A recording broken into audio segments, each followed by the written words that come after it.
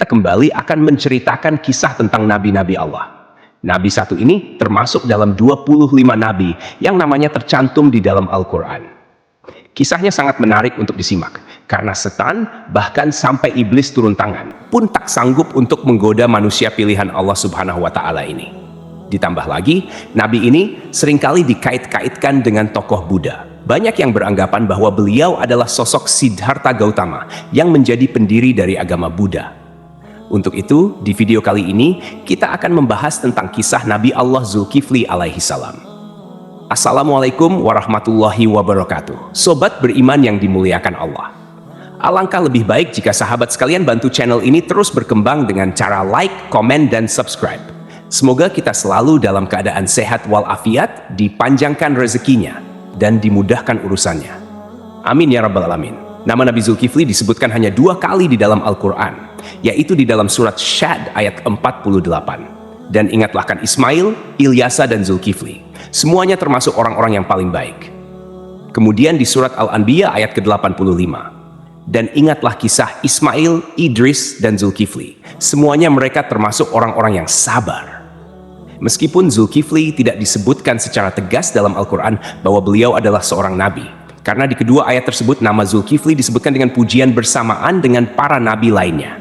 Maka para ulama dan sejarawan menyimpulkan bahwa Zulkifli juga seorang nabi.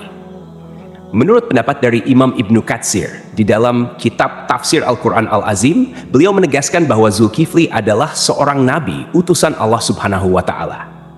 Alasan beliau, tidak ada seorang pun yang namanya disebut dalam deretan nama nabi-nabi, kecuali dia adalah seorang nabi. Akan tapi teman-teman, ada pula beberapa ulama yang menyebutkan bahwa Zulkifli bukanlah seorang nabi. Akan tetapi, beliau hanyalah seorang yang saleh dan adil. Di antara sekian banyak ulama yang berpendapat demikian adalah Imam Ibnu Jarir At-Tabari. Teman-teman, Zulkifli bukanlah nama sebenarnya. Itu adalah sebuah julukan atau nama kehormatan yang diberikan untuk seseorang. Di dalam kitab Ibnu Katsir, nama asli dari Zulkifli adalah Basyar atau Bashar. Disebutkan juga di sana bahwa Nabi Zulkifli adalah putra dari Nabi Ayub alaihi salam. Jadi nasab beliau adalah Basyar bin Ayub. Nasab lengkapnya adalah Bashar bin Ayub bin Amus bin Tawaf bin Rum bin Aish bin Ishak bin Ibrahim al-Khalil. Beliau hidup sekitar abad ke-16 sampai abad ke-15 sebelum Masehi dan diutus Allah Subhanahu wa Ta'ala kepada suatu kaum yang bernama Arami atau Amori. Kaum ini adalah bangsa Romawi kuno yang tinggal di wilayah sekitar Damaskus, Suriah, dan Yordania. Di sanalah Nabi Zulkifli melanjutkan tugas kenabiannya dari ayahnya, yaitu Nabi Ayub. Ini adalah pendapat dari Imam Ibnu Katsir. Namun, para ulama lain ada yang berbeda pendapat tentang kapan masa diutusnya Nabi Zulkifli ini.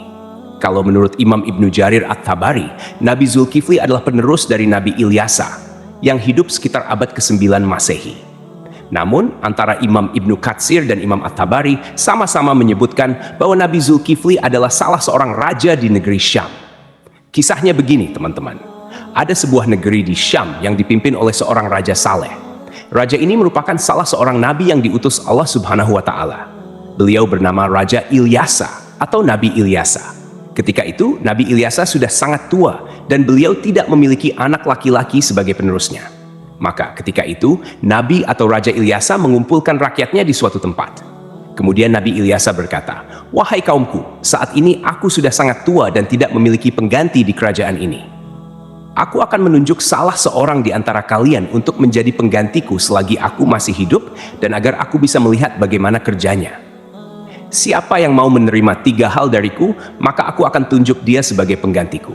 Yang pertama, selalu berpuasa di siang hari. Yang kedua, selalu salat pada malam hari. Dan yang ketiga, dia tidak pernah marah seumur hidupnya." Makanya orang-orang dari kaumnya merasa tak sanggup melakukannya. Mereka pun saling tap-tap-tapan satu sama lain, berharap salah seorang di antara mereka ada yang tunjuk tangan. Namun, ditunggu beberapa lama, tak satu pun orang mau melakukannya ketika itu. Lalu, dari barisan belakang ada yang menyahut, "Saya, wahai Nabiullah."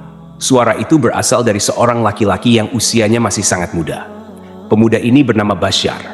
Kemudian Nabi Ilyasa berkata, "Wahai anakku, engkau masih sangat muda. Tugas ini sangatlah berat untukmu." Nabi Ilyasa pun menolak pemuda ini karena dirasa dia masih sangat muda dan terlihat masih sedikit pengalaman. Keesokan harinya, di tempat yang sama dan dengan orang-orang yang sama, Nabi Ilyasa berseru hal yang sama lagi kepada kaumnya. Tapi tetap saja, ketika itu tak ada yang mau menerima tawaran tersebut, kecuali pemuda yang bernama Basyar. Dia kembali mengacungkan tangan, dan lagi-lagi Nabi Ilyasa menolaknya dengan alasan yang sama. Sampailah pada hari ketiga, Nabi Ilyasa berseru hal yang sama. Beliau berharap kali ini bukan hanya Basyar saja yang tunjuk tangan. Tapi ternyata teman-teman, sama seperti kemarin, ketika itu hanya Basyar yang tunjuk tangan dan menyanggupi segala persyaratan tersebut. Alasan detail Nabi Ilyasa menolak adalah karena selain dia harus menjadi raja yang menjamin kesejahteraan semua kaumnya, dia juga harus menjadi hakim yang adil, yang bisa berlaku bijaksana dalam memutuskan segala permasalahan kaumnya. Nah, karena Basyar ini masih sangat muda, Nabi Ilyasa khawatir dia tidak bisa berlaku adil dan bijaksana. Akhirnya, karena sudah 3 kali tidak ada yang mau, Nabi Ilyasa pun mengangkat Basyar menjadi raja sekaligus hakim. Namun, kegiatan yang dilakukan Basyar tetap dipantau oleh Nabi Ilyasa. Basyar pun mulai menjalani puasa di siang hari dan salat atau beribadah sampai larut malam. Sehari-hari, dia juga selalu menahan amarahnya. Nabi Ilyasa kagum dengan pemuda ini. Tak disangka-sangka, dia sanggup menjalani semua persyaratan itu. Dia juga luar biasa bijak dalam menyelesaikan segala masalah di dalam kaumnya. Nabi Ilyasa bangga kepada Basyar yang telah menepati janji-janjinya. Karena itu, Basyar diberikan julukan Zulkifli, yang artinya sanggup. Karena kesanggupannya menjalankan semua persyaratan. Ditambah lagi, dia selalu berlaku adil dan bijaksana. Sobat beriman yang dimuliakan Allah, kisah naiknya Zulkifli atau Basyar menjadi raja disampaikan oleh Imam Ibnu Katsir di dalam kitabnya yang berjudul Qisasul Anbiya. Hanya saja, nama rajanya berbeda, bukan Nabi Ilyasa, melainkan di sana dituliskan raja itu bernama Yasa. Lain halnya di dalam kitab Ibnu Jarir, beliau menuliskan bahwa raja pada masa itu adalah Nabi Allah Ilyasa. Seiring berjalannya waktu, Nabi Ilyasa pun meninggal dunia. Kini, Raja Zulkifli tak ada lagi yang memantau. Sepeninggal Ilyasa, Nabi Zulkifli memimpin negeri Syam dengan sangat baik. Zulkifli sangat mementingkan urusan rakyatnya daripada urusan dirinya dan keluarganya. Beliau memegang teguh janjinya untuk selalu berpuasa di siang hari, beribadah di malam hari, dan tak pernah sekalipun marah. Zulkifli selalu sabar dalam keadaan apapun. Di sisi lain, iblis melihat kesalehan dan kebaikan Nabi Zulkifli dalam memimpin rakyatnya, serta begitu kuatnya dia memegang janji. Maka, iblis pun tak tinggal diam. Kemudian, iblis mengutus tentaranya, yaitu setan-setan yang sangat kuat, untuk menggoda Zulkifli supaya minimal goyah sedikit keimanannya. Berkali-kali iblis mengutus setan untuk menggoda, berkali-kali pula mereka gagal. Tak ada satupun setan yang berhasil menggoda Nabi Zulkifli ini. Akhirnya, iblis berinisiatif untuk turun tangan langsung menggoda Nabi Zulkifli. Dia pun mulai mencari waktu yang tepat. Teman-teman, di dalam kerajaan Nabi atau Raja Zulkifli ini, setiap harinya beliau sibuk dengan urusan kerajaannya. Setiap hari, jadwal beliau dari pagi sampai siang adalah berangkat ke pengadilan di negeri itu untuk menjadi hakim dan menyelesaikan masalah-masalah rakyatnya. Kemudian, persidangan dilanjutkan kembali setelah beliau bangun.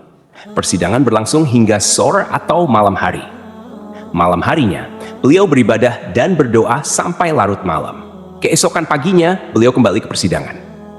Begitulah rutinitas yang dilakukan Nabi Zulkifli setiap harinya. Zulkifli benar-benar merupakan figur seorang raja yang memuliakan seluruh rakyatnya. Melihat kesalehan Nabi Zulkifli, iblis pun mencari peluang untuk menggoda beliau. Kali ini, iblis berniat membuat Nabi Zulkifli marah, agar beliau melanggar janjinya kepada Nabi Ilyasa untuk tidak marah sama sekali. Akhirnya, pada suatu hari, iblis datang menemui Nabi Zulkifli dengan menyamar sebagai seorang kakek tua renta dan miskin. Hari itu, Nabi Zulkifli sedang merasa sangat lelah. Ketika jam istirahatnya tiba, beliau segera pulang lebih awal untuk tidur siang. Baru saja beliau hampir terlelap, iblis yang menyamar sebagai kakek tua mengetuk pintu kamarnya. Dari dalam kamar, Nabi Zulkifli bertanya, "Siapa itu?" Iblis menjawab, "Aku orang tua yang teraniaya." Nabi Zulkifli pun bangun dan membukakan pintu. Iblis kemudian mengarang cerita, mengaku bahwa ia mengalami banyak perlakuan semena-mena dari kaumnya. Ia terus bercerita panjang lebar, hingga waktu istirahat Nabi Zulkifli habis. Meski kelelahan, Nabi Zulkifli tetap mendengarkan cerita itu dengan sabar. Ketika tiba waktunya untuk kembali ke persidangan, Nabi Zulkifli berkata, "Wahai paman, engkau bisa meneruskan ceritamu nanti. Datanglah ke tempat persidangan sore ini. aku akan membantu menyelesaikan masalahmu di sana." Nabi Zulkifli pun kembali ke persidangan dan menjalankan tugasnya sebagai hakim. Namun, ketika sore tiba, kakek tua itu tidak kunjung datang. Nabi Zulkifli menunggu hingga malam hari, tetapi kakek tua itu tetap tidak muncul. Beliau pun pulang ke rumah dengan pikiran bahwa mungkin kakek tua itu akan datang esok hari. Keesokan harinya, Nabi Zulkifli seperti biasa duduk di persidangan untuk menyelesaikan permasalahan rakyatnya. Beliau menunggu hingga siang, tetapi kakek tua itu tetap tidak datang. Ketika waktu istirahat tiba, Nabi Zulkifli menutup sementara majelisnya dan pulang untuk tidur siang. Namun, baru saja beliau tertidur, kakek tua yang sama kembali mengetuk pintu. Nabi Zulkifli membuka pintu dan berkata dengan lembut, "Wahai paman, bukankah sudah kukatakan padamu kemarin, datanglah ketika aku di persidangan. Aku akan menyelesaikan masalahmu di sana." Namun, kakek tua itu kembali mengarang cerita, berbicara panjang lebar hingga waktu istirahat Nabi Zulkifli habis untuk kedua kalinya. Meski sangat lelah, Nabi Zulkifli tetap sabar. Beliau berkata, "Wahai paman, datanglah ke majelisku sore ini. Aku akan menunggumu di sana untuk menyelesaikan masalahmu." Kakek tua itu pergi dan Nabi Zulkifli kembali ke persidangannya.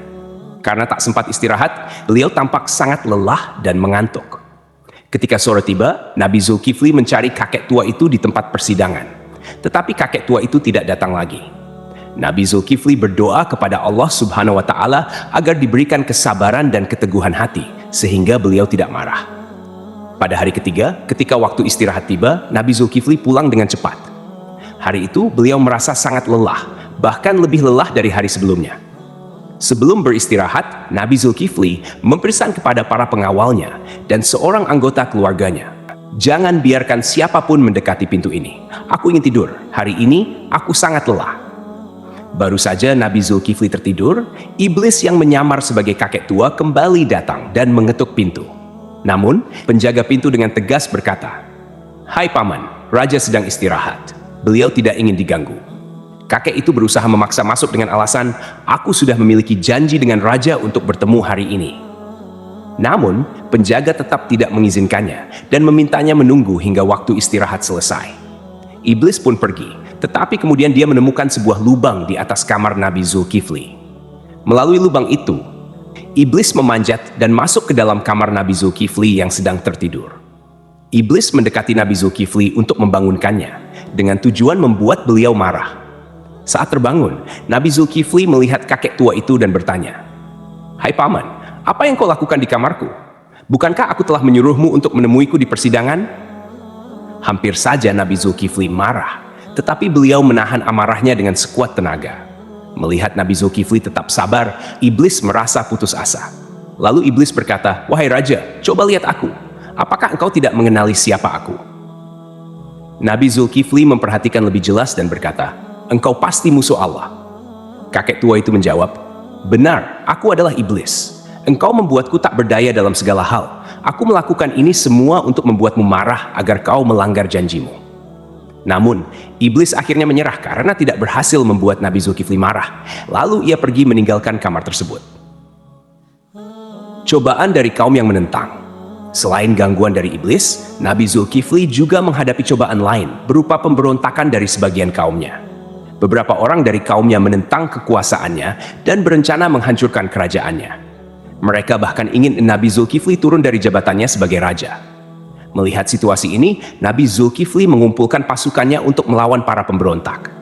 Sayangnya, sebagian besar kaumnya enggan ikut berperang karena takut mati di medan perang. Mereka memberikan syarat yang hampir mustahil, yaitu jaminan bahwa mereka akan tetap hidup dan tidak terbunuh selama pertempuran. Nabi Zulkifli pun berdoa kepada Allah Subhanahu wa Ta'ala, memohon agar seluruh pasukannya diberikan keselamatan. Dalam pertempuran yang berlangsung sengit, doa Nabi Zulkifli dikabulkan oleh Allah. Tidak ada satupun anggota pasukannya yang gugur dan pasukan Nabi Zulkifli berhasil meraih kemenangan. Keberhasilan memimpin kerajaan. Setelah kemenangan itu, kerajaan Nabi Zulkifli menjadi lebih tentram dan sejahtera.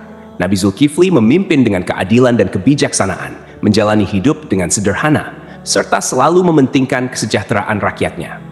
Beliau dikenal sebagai pemimpin yang sabar, tidak pernah marah, dan selalu memegang teguh janjinya. Dalam tafsir Imam At-Tabari, Disebutkan bahwa Nabi Zulkifli adalah penerus dari Nabi Ilyasa. Namun, sebagian ulama lainnya meyakini bahwa Nabi Zulkifli adalah orang yang sama dengan Nabi Yehezkiel, yang dimakamkan di Babilonia, di sebuah tempat bernama Al-Kifl, yang kini berada di kawasan Irak. Abdullah Yusuf Ali dalam The Holy Quran menyebutkan bahwa kata Kifli adalah bentuk Arab dari Yehezkiel, yang berasal dari bahasa Ibrani. Berdasarkan pendapat ini, Zulkifli bukanlah sebuah julukan melainkan nama asli. Terlepas dari kebenaran pendapat ini, para ulama seperti At-Tabari, Ibnu Katsir, Ibnu Ishaq, dan Ibnu Qutaibah sepakat memandang Yehezkiel sebagai Nabi Allah. Ibnu Katsir bahkan mengisahkan Nabi Zulkifli dan Nabi Yehezkiel sebagai dua cerita yang berbeda. Artinya kedua nabi ini dianggap sebagai tokoh yang berbeda. Ada pula perdebatan panjang yang menyebutkan bahwa Zulkifli adalah sosok Buddha Siddhartha Gautama, seorang tokoh yang diyakini sebagai pendiri agama Buddha. Siddhartha Gautama diperkirakan hidup antara abad ke-6 hingga ke-4 sebelum Masehi. Beberapa pendapat menyatakan Buddha adalah Nabi Zulkifli. Ada juga yang menghubungkannya dengan Nabi Idris, dan bahkan ada yang menyebut Buddha adalah Nabi Khidir.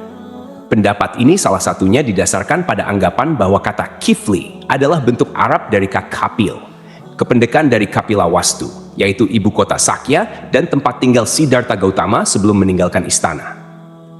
Salah satu pendukung teori ini adalah Hamid Abdul Qadir dalam karyanya Buddha the Great, His Life and Philosophy. Beliau menyimpulkan bahwa prinsip hidup Nabi Zulkifli memiliki banyak kesamaan dengan filosofi yang diajarkan Siddhartha Gautama. Pendapat ini diperkuat oleh Al-Qasimi, seorang ahli tafsir yang menafsirkan surah At-Tin, Saka. Pohon Tin, tempat Buddha mendapatkan wahyu dan menjadi rasul. 2. Pohon Zaitun, tempat Nabi Isa diangkat menjadi nabi dan rasul. 3. Gunung Sinai, tempat Nabi Musa menerima mandat dari Allah. 4. Negeri Mekah yang aman, tempat Nabi Muhammad SAW menerima wahyu. Dalam tafsir tersebut, timbul pertanyaan mengapa agama Buddha dan Kristen disebut lebih awal dibandingkan Yahudi dan Islam. Ibnu Taimiyah menjelaskan bahwa hal ini karena agama Buddha berada lebih jauh dari kebenaran, kemudian Kristen dan Yahudi lebih mendekati, sedangkan Islam disebut terakhir karena kesempurnaannya. Namun, ada juga pendapat lain yang menghubungkan Buddha dengan Nabi Khidir. Dalam Al-Milal wa An-Nihal yang ditulis oleh Asy-Syahrastani, dijelaskan bahwa jika ajaran-ajaran Buddha benar, maka ia memiliki banyak kesamaan dengan Nabi Khidir.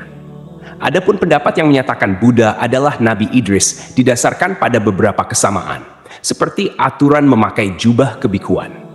Dalam kitab Mustadrak Al-Hakim dari Ibnu Abbas, dikatakan bahwa Nabi Daud adalah seorang pembuat perisai, Nabi Adam seorang petani, Nabi Nuh seorang tukang kayu, Nabi Idris seorang penjahit, dan Nabi Musa seorang penggembala. Sementara itu, Siddhartha Gautama yang dikenal sebagai Buddha adalah seorang pangeran, putra Raja Sudodana. Pada usia 7 tahun, Pangeran Siddhartha memiliki 3 kolam bunga teratai, yaitu kolam bunga teratai biru, Upala, kolam bunga teratai merah, Paduma, dan kolam bunga teratai putih, Pundarika. Kata Atsidar, Sidra, atau Sidar yang merujuk pada makna bunga teratai menjadi hal yang patut diperhatikan, terutama bila dikaitkan dengan Nabi Idris. Kisah sang Buddha yang mencapai kesempurnaan menuju nirwana dianggap memiliki kesamaan dengan Nabi Idris yang mencapai surga Allah tanpa melalui kematian. Pada suatu malam, Pangeran Siddhartha memutuskan meninggalkan istananya dan menjalani hidup sebagai seorang pertapa. Di usia 40 tahun, beliau dikatakan diangkat sebagai nabi.